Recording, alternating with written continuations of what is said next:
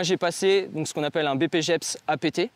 Donc, c'est les premiers niveaux de l'encadrement, donc pas forcément que sur l'athlétisme, c'est pour tout sport. Donc, on peut aller faire du foot, du rugby, du judo, quoi que ce soit. Et il y a aussi un autre niveau, ce qu'on appelle le DEGEPS, donc là, qui est vraiment pour l'athlétisme. Donc moi, je n'ai pas ce DEGEPS, je n'ai que le BPGEPS APT.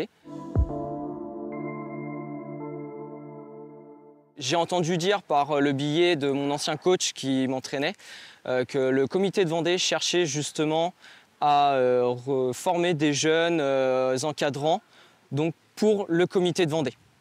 Pas forcément intégrer une structure dès le départ, mais voilà, au comité de Vendée, donc on cherche à faire quelques heures à Chaland, au Sable, à La Roche, à Fontenay ou ainsi de suite, pour pouvoir faire un 35 heures après. Nous, on en embauche 2 sur quelques heures. Donc, c'est-à-dire que les clubs font un appel au comité en disant « Moi, cette année, j'aurais besoin d'un entraîneur du comité sur tel groupe, tel âge, etc. » Et après, voilà, il y a une répartition. Donc, il y a aussi ces possibilités de mutualisation qui sont mises en place par le comité, qui est une bonne chose d'ailleurs.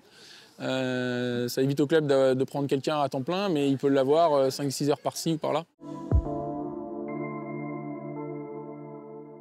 Aujourd'hui, la fédération a complexifié quand même depuis quelques années aussi les formations d'entraîneurs et de juges. Et du coup, ça n'aide pas non plus, ça ne pousse pas les gens à aller se former parce que c'est trop long, trop fastidieux. Il y a des choses en ligne, des cours en ligne, des fois il y a des modules à l'autre bout de la France et ainsi de suite. Voilà, c'est quand même assez complexe. En termes de formation, ça va. La fédération propose quelque chose de correct. Il y a un enseignement à distance et ensuite il y a 2 jours de formation, 2 week-ends bloqués en fait de formation. Mais la plupart réussissent correctement et ça suffit pour encadrer. Après, je pense qu'au-delà de la formation, il faut avoir de l'envie, du temps et puis aimer encadrer les jeunes. Mais ça se fait très très bien. Généralement, il n'y a pas de souci.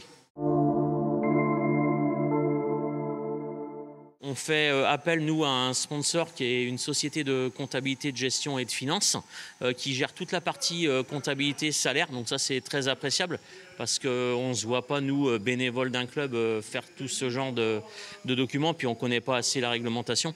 Ce qui est dommage, c'est que notre fédération ne prenne pas en compte les clubs comme nous qui emploient 2 salariés et qui ne nous apportent pas d'aide. Et voilà, c'est un peu la débrouille au quotidien, on va dire.